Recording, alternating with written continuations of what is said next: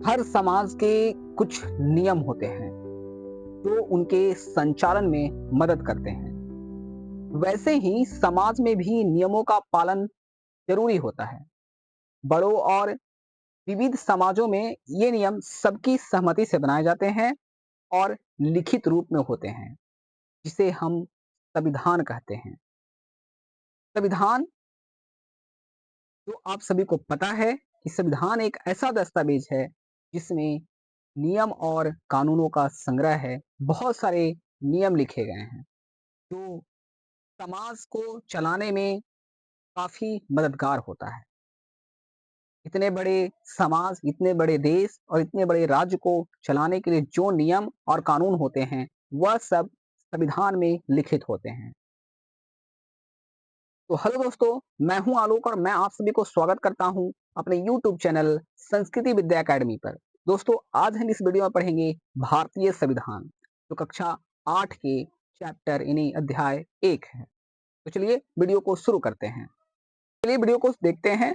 तो सबसे पहले समझते हैं, किसी देश को संविधान की जरूरत क्यों पड़ती है। तो किसी देश को संविधान की जरूरत इसलिए पड़ती है क्योंकि हर देश को अपने देश को ठीक से चलाने के लिए कुछ नियमों की जरूरत होती है और इन नियमों को ही हम संविधान कहते हैं। तो यह संविधान देश के लोगों को लिए यह बताता है कि सरकार कैसे चुनी जाएगी, वह कैसे काम करेगी और नागरिकों को क्या अधिकार मिलेंगे। जो भी चीजें ये सब है, यह सब एक भारतीय संविधान में, एक संविधान में ही यह सब दिए होते हैं, है ना। कि सरकार कैसे चुनी जाएगी, यह जो नियम है कहाँ बताए गए हैं, तो संविधान में बताए गए हैं। सरकार कैसे काम करेगी, नागरिक को क्या अधिकार मिलेंगे, नागरिक के क्या अधिकार हैं, जैसे बहुत सारे अधिकार हैं, जैसे फंडामेंटल राइट जो हम पढ़ते हैं, यानी मौलिक अधिकार पढ़ते हैं। यह सब हमारा जो अधिकार है, या जो सरकार कैसे बनेगी, दुनिया कैसे चले, जो हमारा देश है वह कैसे चलेगा, राज्य कैसे चलेगा, है ना। तो यह सब जो भी नियम और कानून जो लिखे होते हैं, वह सब भारतीय संविधान में लिखे होते हैं, है ना। अपने देश को ठीक ठाक से चलाने के लिए ही नियमों की, जो बहुत सारे नियम का जरूरत होता है, क्योंकि इतने बड़े जो देश है, ऐसे तो चल नहीं सकता है ना, कि आप मतलब अपने मन से चला लें, है ना। तो बहुत सारे क्या होते हैं, नियम लिखे गए होते हैं, नियम होते हैं, उसी नियम के अकॉर्डिंग हम सभी को चलना पड़ता है, सरकारें चलती है और उसी हिसाब से काम होते हैं। तो यह सब जितने भी नियम कानून होते हैं, वह सब भारतीय संविधान में लिखे होते हैं, संविधान में लिखे होते हैं, जिसको हमको फॉलो करना बहुत जरूरी होता है। यानी हम एक संविधान के अकॉर्डिंग ही हम सब कामों को करते हैं, उसी नियम कानून के अंतर्गत हम लोगों को क्या करना चाहिए, काम करना पड़ता है। तो यह सब संविधान में लिखा होता है, इसलिए किसी भी देश को संविधान की जरूरत पड़ती है। आगे समझते हैं कि संविधान की जरूरत क्यों होती है। तो संविधान की जरूरत में पहली बात यह है कि संविधान यह तय करता है कि किस रास्ते पर चलेगा, देश किस रास्ते पर चलेगा, और उसमें सबके लिए समानता यानी इक्वलिटी, जस्टिस यानी न्याय और स्वतंत्रता जैसे आदर्शों को जगह मिलेगी। इसलिए संविधान की जरूरत होती है ना। कि समानता यानी सबको इक्वलिटी चाहिए, किसी को भेदभाव नहीं होना चाहिए। तो इसलिए हम लोगों को संविधान की जरूरत होती है। न्याय, आपको हर किसी को न्याय की जरूरत है ना। हर किसी को न्याय चाहिए, सबको इंडिपेंडेंस चाहिए, सबको स्वतंत्रता चाहिए, है ना। अगर आपको बांध करके रख दिया जाए तो आप नहीं रहेंगे। इसलिए हमें संविधान की जरूरत होती है। समानता, न्याय और स्वतंत्रता जैसे आदर्शों को जगह मिलने के लिए संविधान की जरूरत होती है ना। दूसरा बताया है कि अलग अलग समुदायों के बीच एकता बनाए रखने और सभी को साथ लेकर चलने में संविधान मदद करता है। हमारे देश में पता है कि बहुत सारे समुदाय के लोग रहते हैं, जैसे हिंदू, मुस्लिम, सिख, ईसाई, है ना। बहुत सारे यहाँ पे समुदाय, हमारे मोहल्ले में अलग अलग लोग रहते हैं, है ना। गांव में, शहरों में, राज्यों में, देशों में अलग बहुत सारे अलग अलग समुदाय के लोग हैं। तो उसको में एक भाईचारा बनाने के लिए, है ना, एकता बनाए रखने के लिए, सभी को साथ लेकर चलने के लिए भी संविधान की जरूरत होती है ना। इसलिए हमें संविधान की जरूरत होती है। तीसरा यह बताया है कि यह सुनिश्चित करता है कि सरकार की ताकत सीमित रहे, है ना। अगर सरकार की अगर ताकत सीमित नहीं रहेगी, अगर सरकार अपने मन से काम करना शुरू कर देगी, तो फिर क्या हो जाएगी, वो हो जाएगा तानाशाही यानी राजतंत्र, जो आजकल काफ़ी हम सब ये सब शब्द सुनते हैं कि सरकार तानाशाह हो गई है, अपने मन से काम करती है, हमारी बातों को नहीं सुनती है, जॉब नहीं, रोज़गार नहीं दे रही है। तो यह सब क्या है? एक तानाशाही राजतंत्र को दिखाता है ना? इसलिए हम सरकार लोकतंत्र में हम सरकारें चुनते हैं और हमारे वोट से ही वो सरकार बनती है। तो यह सब एक संविधान ही तय करता है कि किसको कितना ताकत मिलनी चाहिए, किसको किस प्रकार से काम करनी चाहिए, है ना? तो इसलिए हमें संविधान की ज़रूरत पड़ती है और वह जनता के हक में काम करे, इसलिए यह सुनिश्चित करता है संविधान कि सबको एक सीमित ताकत मिले, है ना? ताकत सीमित रहे और वह जनता के हक में काम करे। अगर कोई इसके अकॉर्डिंग अगर इसके बाद अगर कोई काम करता है, तो उसे पनिश किया जाता है ना? अगर नेपाल का उदाहरण लेते हैं, तो नेपाल में पहले क्या था? राजा का शासन था। आपको पता होना चाहिए कि वहाँ राजतंत्र था, है ना? वहाँ का पुराना संविधान राजा को सबसे ऊपर मानता था। जो पुराना वहाँ का संविधान था, वहाँ पे राजतंत्र था और सबसे ऊपर किसको मानता था? राजा को मानता था। वहाँ राजा ही क्या था? सब कुछ था। राजा ही देश को चलाता था। लेकिन लोग चाहते थे कि लोकतंत्र हो जाए, यानी डेमोक्रेसी हो जाए। लोकतंत्र में क्या होता है? लोकतंत्र एक ऐसी होती है, जहाँ पे क्या होती है? जहाँ पे सरकार को जनता द्वारा चुना जाता है। जनता वोट देकर चुनती है। जैसे अभी बिहार में वोटिंग है, तो यहाँ पे लोग वोट देकर क्या करेंगे?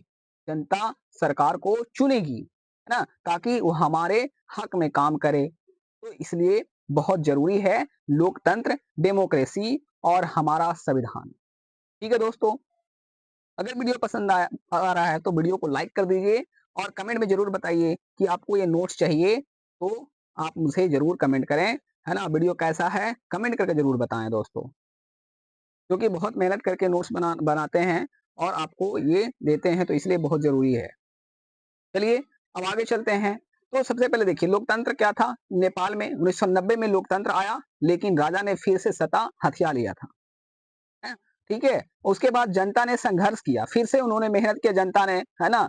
लोग ने, और 2006 में राजा को सत्ता छोड़ना पड़ा। यानी राजा वहाँ से 2006 में सत्ता को यानी अपने अपने गद्दी से उसको गद्दी छोड़ना पड़ा 2006 में, और 2008 में नेपाल से राजतंत्र खत्म हो गया, है ना? नेपाल में आज भी क्या है, वहाँ पे लोकतंत्र राजतंत्र जो था 2008 में खत्म हो गया, है ना? और फिर लोकतंत्र की शुरुआत हुई। ठीक है? उसके बाद लोगों ने एक नया संविधान चाहा, और क्योंकि पुराना संविधान क्या था? राजा के लिए था, है ना? तो पुराना संविधान लोकतंत्र के अनुकूल नहीं था, इसलिए उन्होंने नया संविधान चाहा और उन्हें लोगों ने नया संविधान बनाया। ठीक है? संविधान का दूसरा मुख्य उद्देश्य क्या है? तो संविधान का दूसरा महत्वपूर्ण दूसरा उद्देश्य यह होता है कि वह देश की राजनीतिक व्यवस्था तय करे, है ना? यानी सरकार कैसे बनेगी, कौन चलाएगा और उसके काम करने के लिए क्या नियम होंगे। तो यह सब जो भी है, वह सब कहाँ लिखा होगा? यह सब संविधान तय करता है, संविधान बताता है। ठीक है दोस्तों? यह सब संविधान तय करता है, संविधान द्वारा ही ये सब बताई जाती है, नियम कानून लिखे होते हैं। ठीक है? तो सरकार कैसे बनेगी, यह कौन बताएगा? संविधान बताएगा, है ना? कौन चलाएगा, उसके काम करने के क्या नियम होंगे, यह सब संविधान में होता है, इसलिए ये दूसरा महत्वपूर्ण उद्देश्य है संविधान का। लोकतंत्र में संविधान क्यों ज़रूरी है? क्या आपको पता है? कमेंट करके ज़रूर बताइए कि लोकतंत्र में संविधान क्यों ज़रूरी है? वैसे मैं आपको बता देता हूँ कि लोकतंत्र में जनता अपने नेताओं को चुनती है, लेकिन कभी-कभी ये नेता सत्ता का गलत इस्तेमाल करते हैं, है ना? संविधान ऐसे नियम बनाता है जिससे नेताओं की शक्ति सीमित रहती है और वे जनता के हित में काम करती है। इसलिए लोकतंत्र में संविधान ज़रूरी है ना? अगर लोकतंत्र में संविधान नहीं रहेगा, तो लोग जैसे पाएँगे वैसे अपने हिसाब से काम करना शुरू कर देंगे। इसलिए लोकतंत्र में संविधान बहुत ज़रूरी है। दूसरा है, संविधान हमारे अधिकार की रक्षा करता है। कैसे करता है रक्षा? तो भारतीय संविधान में मौलिक अधिकार दिए गए हैं। मौलिक अधिकार क्या है? आप कमेंट करके ज़रूर बताइए। अपने हिसाब से लिखिए, तभी आपको याद हो पाएगा। कमेंट में ज़रूर लिखिए कि मौलिक अधिकार आपको क्या-क्या दिए गए हैं, है ना? तो मौलिक अधिकार यानी समानता का अधिकार, जो कहता है कि किसी के साथ धर्म, जाति, लिंग या जन्म स्थान के आधार पर भेदभाव नहीं होगा, है ना? तो ये हमारे क्या करता है, संविधान हमारे अधिकारों की रक्षा करता है। इसलिए हमें संविधान ज़रूरी है, ठीक है? तीसरा है अल्पसंख्यकों को सुरक्षा, है ना? तो अल्पसंख्यकों को सुरक्षा में क्या है? संविधान यह सुनिश्चित करता है कि बहुसंख्यक जिसकी जिसकी जिनकी संख्या ज़्यादा है ना? तो अपनी जनसंख्या ज्यादा के बलबूते पर किसी को नहीं सताए, अपनी संख्या के बल पर जो जिनकी संख्या कम है उनके अधिकार न छीने। तो अल्पसंख्यकों की सुरक्षा भी कौन तय करता है? संविधान तय करता है ना? इससे किसी भी समुदाय को दबाने की कोशिश को रोका जा सकता है, चाहे वह दो अलग समुदाय के बीच का हो, यानी अंतर सामुदायिक हो, या फिर एक ही समुदाय के अंदर हो, है ना, यानी अंतर सामुदायिक हो। तो यह सब सुरक्षा कौन करता है? हमारा भारतीय संविधान करता है। ठीक है ना? कहता है कि संविधान सिर्फ नियमों की किताब नहीं है, बल्कि यह सुनिश्चित करता है कि हर नागरिक के साथ न्याय हो, किसी को दबाया ना जाए, है ना, और देश की राजनीतिक व्यवस्था ठीक चले। यही लोकतंत्र की असली पहचान है। तो तय करता है हमारा भारतीय संविधान। भारतीय संविधान बहुत इंपॉर्टेंट है, सभी को पढ़ना चाहिए। तीसरा सबसे महत्वपूर्ण कारण है हमें खुद से बचाना, है ना? संविधान का एक और महत्वपूर्ण जरूरी काम यह है कि यह हमें हमारे ही गलत नुकसानदेह फैसले से बचाता है। कई बार लोग किसी मुद्दे पर गुस्सा या भावुक हो जाते हैं और ऐसे निर्णय ले लेते हैं जो समाज और देश के लिए लंबे समय में नुकसानदायक नुकसानदायक हो सकता है। तो ये हमें खुद से भी हमें हमारी गलती को भी बचाता है। तीसरा महत्वपूर्ण कारण ये भी है। भारतीय संविधान और इसकी विशेषता क्या है? तो पहला है संघवाद, यानी फेडरलिज्म। फेडरलिज्म क्या होता है? संघवाद क्या होता है? तो भारत में एक से ज्यादा स्तर की सरकारें होती है। आपको पता है, केंद्र सरकार है, राज्य सरकार है और स्थानीय सरकार होती है। जैसे पंचायतें जो है स्थानीय सरकार होती है।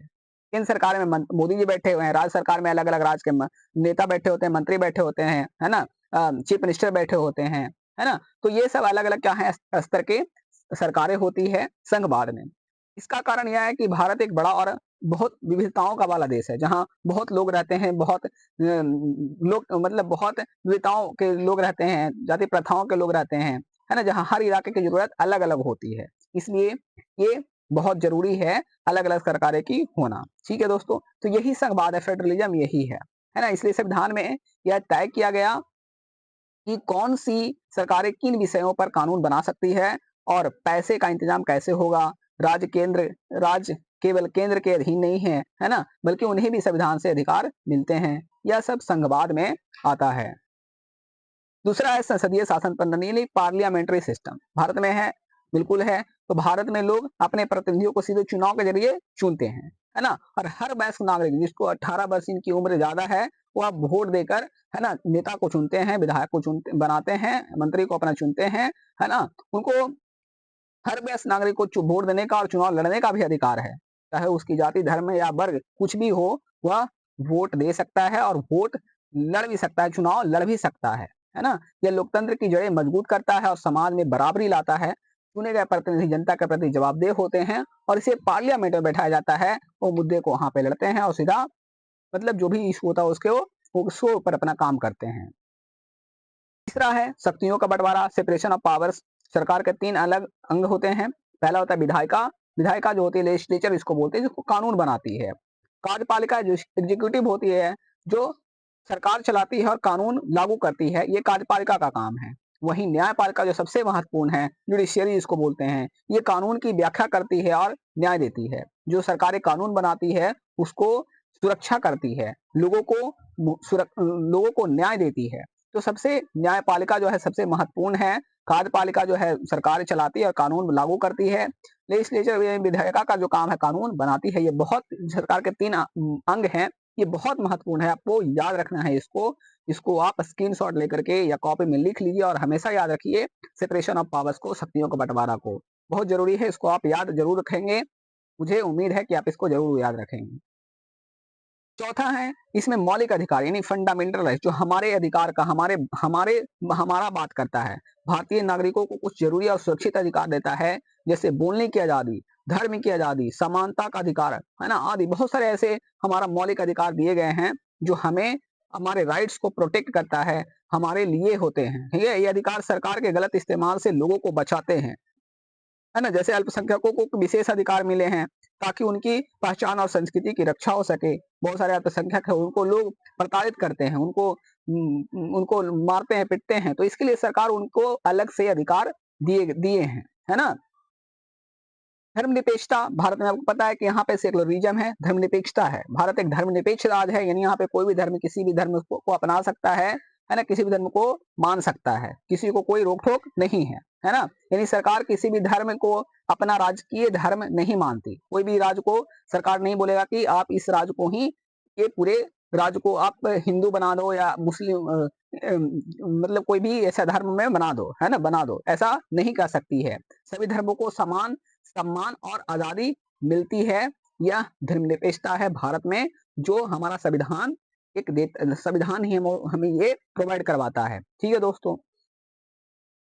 तो मुझे उम्मीद है कि आपको ये वीडियो अच्छा लगा होगा, है ना? हम यहाँ पे आपको छोटी-सी बता देते हैं कि संविधान हमारे देश की रीढ़ की हड्डी है। यह तय करता है कि देश कैसे चलेगा, सरकारें क्या करेगी और नागरिकों के क्या अधिकार हैं। यह सब भारतीय संविधान में बताता है ना? तो दोस्तों, अगर वीडियो अच्छा लगा है तो प्लीज़ वीडियो को लाइक कर दीजिए और चैनल को सब्सक्राइब करना मत भूलिए, ठीक है?